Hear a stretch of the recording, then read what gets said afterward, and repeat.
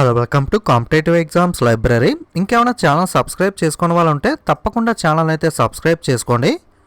రీసెంట్గా మనకి SSC GD constable staff selection కమిషన్కి సంబంధించి జనరల్ డ్యూటీ కానిస్టేబుల్ నోటిఫికేషన్ అయితే విడుదలైంది కదా.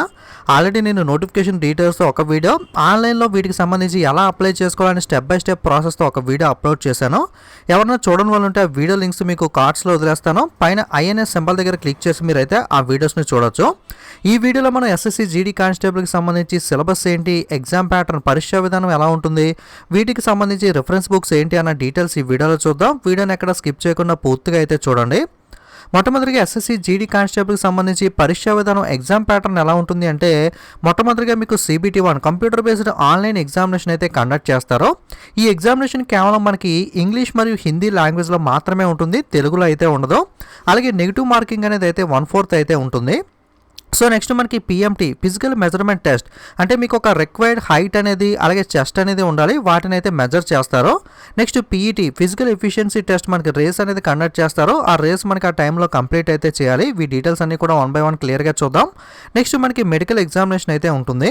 సో మెడికల్ ఎగ్జామినేషన్కి సంబంధించి క్లియర్ కట్గా నోటిఫికేషన్ అయితే డీటెయిల్స్ ఇవ్వలేదు. జనరల్గా కానిస్టేబుల్ లాంటి ఎగ్జామ్స్కి అయితే మనకి ఐసైట్ అవన్నీ కూడా చెక్ చేస్తారు, బట్ వాటికి సంబంధించి ఎంత ఉండాలి ఇటువంటి డీటెయిల్స్ అయితే క్లియర్గా ఇవ్వలేదు. చాలామంది దీనికి సంబంధించి ఐసైట్ గురించి అయితే అడుగుతున్నారు. డీటెయిల్గా అయితే మనకి నోటిఫికేషన్లు అయితే ఇవ్వలేదు. ఐసైట్ ఎవరన్నా ఉంటే కనుక ఒకసారి దీన్ని అయితే మైండ్లో పెట్టుకోండి.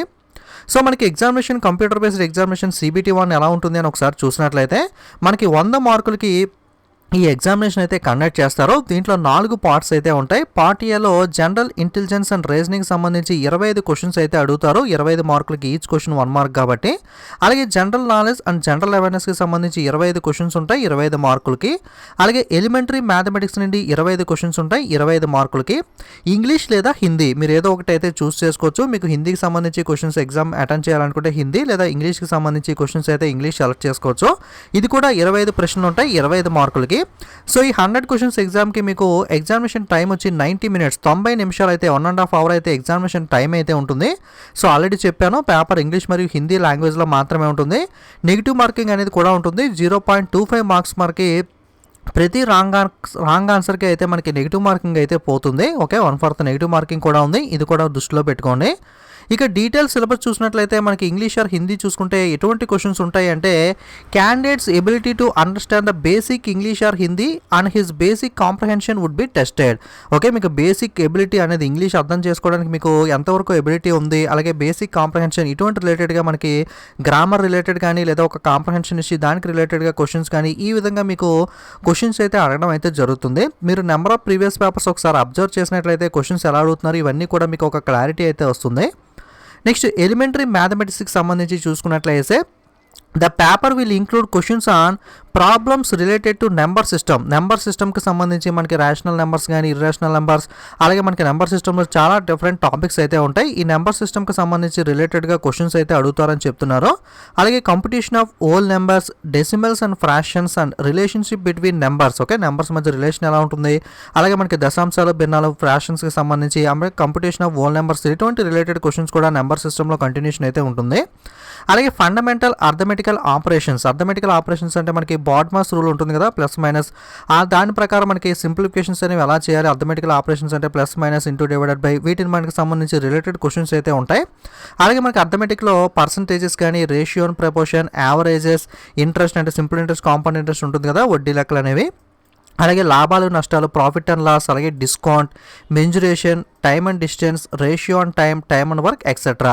సో ఇక్కడ ఎక్సెట్రా ఇచ్చాడంటే మనకి ఏదన్నా సరే ఉండొచ్చు. అంటే బేసిక్గా అర్థమెటిక్లో మనకి ఏదైతే బేసిక్ చాప్టర్స్ ఉంటాయో అవన్నీ కూడా మీరు ప్రిపేర్ అవ్వాలి. అలాగే మెన్జురేషన్, శాస్త్రగణితం 2D 3D కూడా ప్రిపేర్ అవ్వండి. ఓకే, అలాగే వీటితో పాటుగా మనకి ఎలిమెంటరీ మ్యాథమెటిక్స్కి సంబంధించి క్వశ్చన్స్ కూడా ప్రిపేర్ అవ్వాలి. అంటే ఇక్కడ ప్యూర్ మ్యాథ్స్కి సంబంధించి బేసిక్ లెవెల్లో కూడా కొన్ని క్వశ్చన్స్ అడిగే అవకాశం ఉంది. అంటే మరి ట్రిగనామెట్రీ అవి డెప్త్గా అడగకపోవచ్చు, కానీ ఇక్కడ మెన్షన్ చేసినవన్నీ కూడా మీరైతే చూసుకోవాల్సి ఉంటుంది. So next general knowledge and general అవేర్నెస్కి సంబంధించి చూసుకున్నట్లయితే, ఇందులో మనకి జీకే, స్టాటిక్ జీకే ఇవ్వచ్చు, కరెంట్ అఫైర్స్ క్వశ్చన్స్ కూడా ఉండొచ్చు. Questions in the component will be aim to test the candidate general awareness of the environmental around him. అంటే మీ చుట్టూ ఉన్న ఎన్విరాన్మెంట్లో ఏం జరుగుతుంది ఏంటి అని మీరు తెలుసుకోగలుగుతున్నారా లేదా అని చెప్పి ఆ టెస్ట్ అయితే మీకైతే దాన్ని అయితే టెస్ట్ చేయడం జరుగుతుంది. Questions will also designated to test the knowledge of current events and such matters of everyday observation.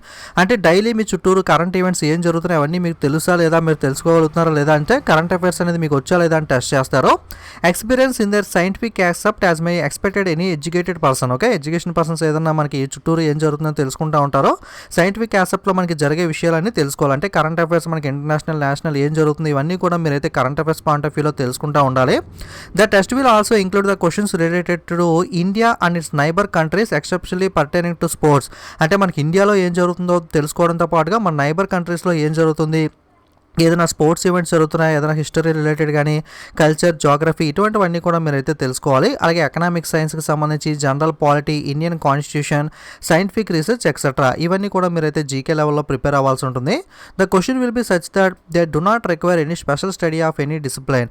Okay, మెయిన్గా అయితే చూసుకుంటే స్ట్రాటజీకే జనరల్ స్టడీస్కి సంబంధించి మనకి జనరల్ నాలెడ్జ్కి సంబంధించి అలాగే కరెంట్ అఫైర్స్ ఇవన్నీ కూడా మీకు ఇందులో అయితే ఇంక్లూడ్ అవుతాయి. 1-2 ప్రీవియస్ పేపర్స్ ఒకసారి మీరు క్లియర్గా 100 క్వశ్చన్స్ ఏ విధంగా మనకి పాత పేపర్లు ఇచ్చారని మీరు ఒకసారి అబ్జర్వ్ చేస్తే మీకే ఒక ఐడియా అనేది వస్తుంది క్వశ్చన్స్ ఎలా అడుగుతున్నాడని చెప్పి. దాన్ని బట్టి తదనంగా మీరైతే ప్రిపేర్ అయితే అవ్వచ్చు.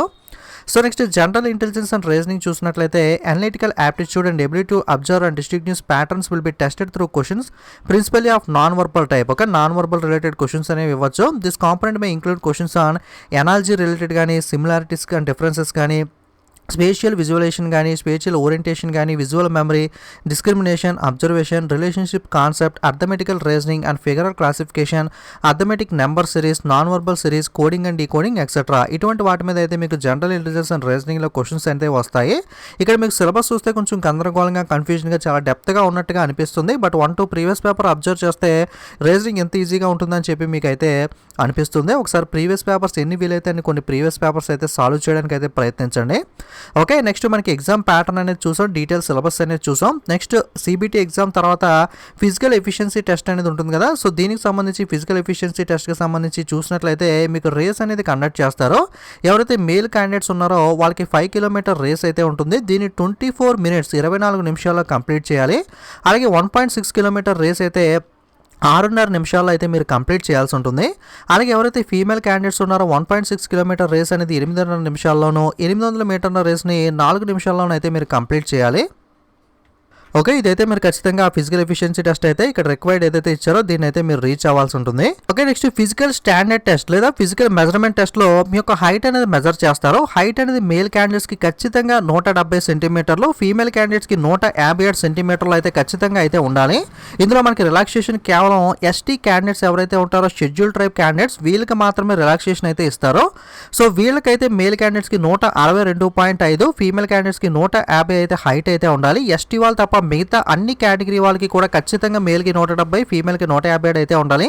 ఎస్సీ వాళ్ళకి కూడా ఎటువంటి రిలాక్సేషన్ ఉండదు, కేవలం ఎస్టీ వాళ్ళకి మాత్రమే రిలాక్సేషన్ ఉంటుంది. ఇదైతే గమనించండి. సో నెక్స్ట్ మనకి చెస్ట్ చూసుకున్నట్లయితే మేల్ క్యాండిడేట్స్కి అన్ఎక్స్పాండెడ్లో 80 సెంటీమీటర్, మినిమం ఎక్స్పాండెడ్లో 5 సెంటీమీటర్స్ అయితే ఉండాలి. ఎవరైతే షెడ్యూల్ ట్రైబ్ క్యాండిడేట్స్ ఉంటారో ఎస్టీ వాళ్ళు ఉంటారో వాళ్ళకైతే అన్ఎక్స్పాండెడ్లో 76, మినిమం ఎక్స్పాన్షన్ అయితే 5 సెంటీమీటర్స్ అయితే ఉంటే సరిపోతుంది. ఎస్టీ వాళ్ళకి మాత్రమే మనకి రిలాక్సేషన్ ఉంటుంది. మిగతా వాళ్ళందరూ కూడా ఖచ్చితంగా ఇక్కడ రిక్వైర్డ్ మెన్షన్ చేసినవి అయితే మీరైతే స్టాండర్డ్ అయితే రీచ్ అవ్వాల్సి అయితే ఉంటుంది. సో నెక్స్ట్ మనకి కట్ ఆఫ్ మార్క్స్ చూసినట్లయితే candidate scoring below mention cut off marks without adding bonus mark to NCC certificate holders will be consider eligible for short listing the next stage. Okay, next stage మీకు physical efficiency test, physical standard test reach అవ్వాలంటే minimum cut off marks ఎంత ఉండాలి అంటే మీకు EWS, ESM, ex service man, unreserved క్యాండిడేట్స్కి అయితే 35%, అలాగే SC, ST, OBC వాళ్ళకైతే 33%. అంటే 100కి కాబట్టి ఇది మనకి పర్సంటేజ్ 100 కదా. సో అంటే మీకు మినిమం క్వాలిఫై అవ్వడానికి అయితే ఇన్ని మార్కులు 100కి అయితే 35%, అలాగే ఎస్ఎస్టీ ఓబీసీకి అయితే 33% అయితే రావాలి. ఈ మార్కులు వచ్చినందుకు మాత్రాన మీకు జాబ్ వస్తుందని కాదు, జస్ట్ ఇవి క్వాలిఫైయింగ్ మార్క్స్ మాత్రమే. తర్వాత ఫైనల్గా మళ్ళీ కట్ ఆఫ్ అనేది డిసైడ్ చేయడం ఇవన్నీ తర్వాత అయితే ఉంటుంది. మినిమం అయితే ఖచ్చితంగా ఈ మార్కులు అయితే మీరైతే తెచ్చుకోవాల్సి ఉంటుంది. ఎవరికైనా ఎన్సీసీ సర్టిఫికేట్ కనుక ఉన్నట్లయితే కనుక మీరు ఎన్సీసీ సి సర్టిఫికేట్ హోల్డర్ అయితే మీకు 5 మార్కులు యాడ్ చేస్తారు. ఎన్సీసీ బి సర్టిఫికేట్ ఉంటే 3 మార్కులు, ఎన్సీసీ ఏ సర్టిఫికేట్ ఉంటే కనుక మీకు 2 మార్కులు అనేవి అయితే బోనస్గా యాడ్ చేయడం అయితే జరుగుతుంది. ఇదైతే గమనించండి. సో నెక్స్ట్ రిఫరెన్స్ బుక్స్ విషయానికి వస్తే మీకు ఎటువంటి రిఫరెన్స్ బుక్స్ ఫాలో అవ్వాలంటే ఓవరాల్గా చూసుకుంటే సబ్జెక్ట్ వైజ్గా కాకుండా మనకి ఎస్ఎస్సికి సంబంధించి స్టాఫ్ సెలక్షన్ కమిషన్కి కిరణ్ ప్రకాశన్ బుక్స్ అయితే నెంబర్ 1 స్టాండర్డ్ బుక్స్ అని అయితే చెప్పుకోవచ్చు. కిరణ్ ప్రకాశన్ బుక్స్ అయితే బాగుంటాయి.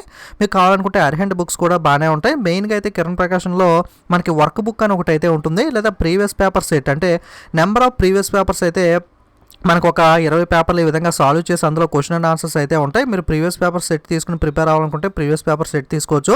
లేదంటే మనకి ప్రాక్టీస్ వర్క్ బుక్ అని అయితే ఉంటుంది. వర్క్ బుక్ అనేది మీకు ప్రిఫర్ చేయాలనుకుంటే ఇది చేయొచ్చు. ఒకసారి మీరు ఏదైనా బుక్ స్టార్కి వెళ్ళి ఒకసారి మీరు వర్క్ బుక్ ఎలా ఉంది, ప్రీవియస్ పేపర్ సెట్ ఎలా ఉందని గమనించండి. సో మీకు మీ ప్రిపరేషన్ మైండ్ సెట్కి తగ్గట్టుగా ఏ బుక్ ఉంటే ఆ బుక్ని అయితే మీరు ఫాలో అవ్వచ్చు. సో మీకు ఇంకా డీటెయిల్గా కావాలనుకుంటే సబ్జెక్ట్ వైజ్గా ప్రిపేర్ అవ్వడానికి మీకు ఈ ఎస్ఎస్సి జీడీఏ కాకుండా ఇంకా ఎస్ఎస్సికి సంబంధించి స్టాఫ్ సెలక్షన్ కమిషన్కి సంబంధించి సిహెచ్ఎస్ఎల్, ఎంటీఎస్, సిజిఎల్ ఇలా చాలా ఎగ్జామ్స్ అయితే ప్రిపేర్ అవ్వాలి అనుకుంటే కనుక మీకు సబ్జెక్ట్ వైజ్గా కూడా బుక్స్ అనేవి తీసుకోవడం అనేది అయితే బెస్ట్ సజెషన్ అయితే చెప్తాను. సో ఇంగ్లీష్ లాంగ్వేజ్కి సంబంధించి ఎస్పీ బషీ కానీ లేదా ఎస్ఎన్ బుక్ కానీ బాగానే ఉంటుంది. మెయిన్గా ఎస్పీ బషీ అయితే బాగానే ఉంటుంది. ఇందులో ఇడియమ్స్ కానీ అవన్నీ కూడా డీటెయిల్గా అయితే ఇస్తారు. బేసిక్ గ్రామర్ కానీ ఇడియమ్స్ అండ్ ఫ్రేజెస్ మనకి అలాగే ఇవన్నీ కూడా మీరైతే ప్రిపేర్ అవ్వాల్సి ఉంటుంది. ఇంగ్లీష్కి అయితే ఈ బుక్ బాగానే ఉంటుంది. సో నెక్స్ట్ క్వాంటిటేటివ్ యాప్టిట్యూడ్కి సంబంధించి చూసినట్లయితే మనకి ఎలిమెంటరీ మ్యాథమెటిక్స్ మీద చూసినట్లయితే ఎలిమెంటరీ అండ్ అడ్వాన్స్డ్ మ్యాథ్స్ అని చెప్పి కిరణ్ పబ్లికేషన్స్ బుక్ అయితే ఉంటుంది. ఖచ్చితంగా ఎస్ఎస్సి ప్రిపేర్ అయ్యే వాళ్ళందరూ కూడా ఈ బుక్ అయితే మీకు స్టాండర్డ్ బుక్ అని చెప్పుకోవచ్చు. సో ప్యూర్ మ్యాథ్స్కి సంబంధించి ఎలిమెంటరీ మ్యాథ్స్కి సంబంధించి ఈ బుక్ అయితే ఖచ్చితంగా మీ దగ్గర ఉండాలి. ఇక బేసిక్ అర్థమెటిక్ అయితే ఆర్ఎస్ అగర్వాల్. ఓకే, సో ఈ 2 స్టాండర్డ్ బుక్స్ కనుక ఉంటే మాక్సిమం మీకు సరిపోతుంది. ప్యూర్ మ్యాథ్స్ అంతా కూడా ఇందులో కవర్ అవుతుంది. ఆర్ఎస్ అగర్వాల్ బేసిక్ అర్థమెటిక్ మొత్తం కవర్ అవుతుంది. ఈ 2 బుక్స్ తరువుగా ఫాలో అయితే మీకు ఎస్ఎస్సి ఎగ్జామ్స్ మాక్సిమం అయితే మీరు క్రాక్ చేయొచ్చు. అలాగే మీకు క్వాంటికి సంబంధించి వేరే బుక్ కూడా కావాలనుకుంటే fast track objective arithmetic book అయితే రాజేష్ వర్మకి సంబంధించి ఉంటుంది. ఈ బుక్ కూడా మీరైతే ఫాలో అవ్వచ్చు. మాక్సిమం ఈ 2 బుక్స్ అనేది కనుక మీరు ఫాలో అయితే ఎస్ఎస్సి మొత్తం కూడా కంప్లీట్గా మీరైతే ప్రిపేర్ అవ్వడానికి అయితే ఈ 2 బుక్స్ అయితే మాక్సిమం సరిపోతాయి. సో నెక్స్ట్ రీజనింగ్ సంబంధించి కూడా మీకు ఆర్ఎస్ అగర్వాల్ బుక్ బాగానే ఉంటుంది. రీజనింగ్ సంబంధించి ఏదైనా బేసిక్ బుక్ కన్నా మాక్సిమం మీకు నెంబర్ ఆఫ్ ప్రీవియస్ పేపర్ ఎన్ని పేపర్లు అనేవి పాత పేపర్లు మీరు ప్రాక్టీస్ చేస్తే అంత మీకు రీజనింగ్ అనేది పొట్ట అయితే వస్తుంది. చాప్టర్ వైజ్గా కిరణ్ ప్రకాశన్లో బుక్స్ అనేవి కూడా ఉంటాయి. అంటే ఒక చాప్టర్ తీసుకుని ఆ చాప్టర్లో ప్రీవియస్లో ఏమేమి క్వశ్చన్స్ అడిగారో ఈ విధంగా chapter wise previous papers questions కూడా మీకు ఎస్ఎస్సికి సంబంధించి కిరణ్ ప్రకాశన్ బుక్స్ అయితే ఉంటాయి. మీరు అన్ని ఎస్ఎస్సి, సిహెచ్ఎస్ఎల్ ఇవన్నీ ప్రిపేర్ అవుతుంటే ఏదైనా స్టాండర్డ్ బుక్ సీజీఎల్ లెవెల్లో మీరు ప్రిపేర్ అయితే ఎటువంటి ఎగ్జామ్ని అయితే మీకు క్రాక్ చేయడానికి అయితే అవకాశం ఉంటుంది. లేదా మీకు ఏదైనా బేసిక్ ఇన్స్టిట్యూట్ మెటీరియల్ కానీ లేదా ఆర్ఎస్ అగర్వాల్ బుక్ కానీ ప్రిఫర్ చేయండి. సో ఇక జీకేకి చూసుకున్నట్లయితే జనరల్ నాలెడ్జ్కి సంబంధించి మీకు లూసెంట్ బుక్ అయితే స్టాండర్డ్ బుక్ ఉంటుంది. లూసెంట్లో ఆబ్జెక్టివ్ ఉంటుంది లేదా థియరిటికల్ ఉంటుంది. ఎల్లో అట్టేసి ఉంటుంది కదా, సో ఆ బుక్ మీకు ప్రిపేర్ అవ్వాలంటే సరిపోతుంది. లేదా మీకు క్వశ్చన్ వైజ్గా కావాలనుకుంటే ఆబ్జెక్టివ్ టైప్ కూడా ఉంటుంది. ఓకే, ఇందులో జనరల్ సైన్స్ కానీ జనరల్ హిస్టరీ అన్నీ కూడా కంప్లీట్గా జీకే కంప్లీట్గా అయితే ఈ లూసెంట్ బుక్లో అయితే కవర్ అవుతుంది. మీరు ఓపిక్గా చదవాలి కానీ. సో నెంబర్ 1 స్టాండర్డ్ బుక్ అయితే జీకేకి లూసెంట్ అని అయితే చెప్పుకోవచ్చు. ఇక కరెంట్ అఫైర్స్ కానీ ఇవన్నీ కావాలంటే మీకు ఆన్లైన్లో నెంబర్ ఆఫ్ వెబ్సైట్స్ అయితే ఉంటాయి. మీ కరెంట్ అఫైర్స్కి సంబంధించి బుక్స్ కన్నా ఆన్లైన్లో మనకి చాలా వరకు పీడిఎఫ్స్ కానీ మెటీరియల్ కానీ మీకు వెతకాలి కానీ చాలా వరకు అయితే దొరుకుతుంది కరెంట్ అఫైర్స్కి సంబంధించి. జీకేకి లూసెంట్ బుక్ ప్రిపేర్ అవుతూ కరెంట్ అఫైర్స్కి ఆన్లైన్ సోర్సెస్ అనేది మీరు ప్రిపేర్ అవ్వచ్చు. లేదా ఏదైనా స్టాండర్డ్ బుక్స్ లాస్ట్ 6 మంత్స్కి సంబంధించి ఈ విధంగా కరెంట్ అఫైర్స్ బుక్స్ అయితే ఇయర్లీ కానీ మీకు స్టాండర్డ్ బుక్స్ అయితే ఉంటాయి. కాబట్టి ఏదైనా బుక్ కావాలనుకుంటే మీరు బుక్ అన్నా తీసుకుని ప్రిపేర్ అయితే అవ్వచ్చు. ఓకే, సో మీకు ఒక క్లారిటీ అయితే వచ్చింది అనుకుంటున్నాను ఎస్ఎస్సి జీడీ కానిస్టేబుల్కి సంబంధించి మనకి సిలబస్, ఎగ్జామ్ ప్యాటర్న్, రిఫరెన్స్ బుక్కి సంబంధించి. ఓకే, సో మీ ఫ్రెండ్స్కి కూడా వీడియో షేర్ చేయండి. వాళ్ళు కూడా ఇన్ఫర్మేషన్ అనేది తెలుసుకుంటారు. ఆన్లైన్లో అప్లై చేయడం ఎలాగని తెలియాలనుకుంటే దాని మీద కూడా వీడియో చేశాను. మీకు పైన ఐఎన్ఎస్ సింబల్ దగ్గర వదిలేస్తాను. అక్కడ నుండి అయితే మీరు వీడియో అయితే చూడొచ్చు. ఓకే, ఇంకేదైనా డౌట్స్ ఉంటే మీరు ఒకసారి నోటిఫికేషన్ లింక్ డిస్క్రిప్షన్లో ఇస్తాను. నోటిఫికేషన్ డీటెయిల్గా చదువుకుంటే మీకు క్లారిటీగా డౌట్స్ అన్నీ కూడా క్లారిఫై అవుతాయి. Okay, thanks for watching.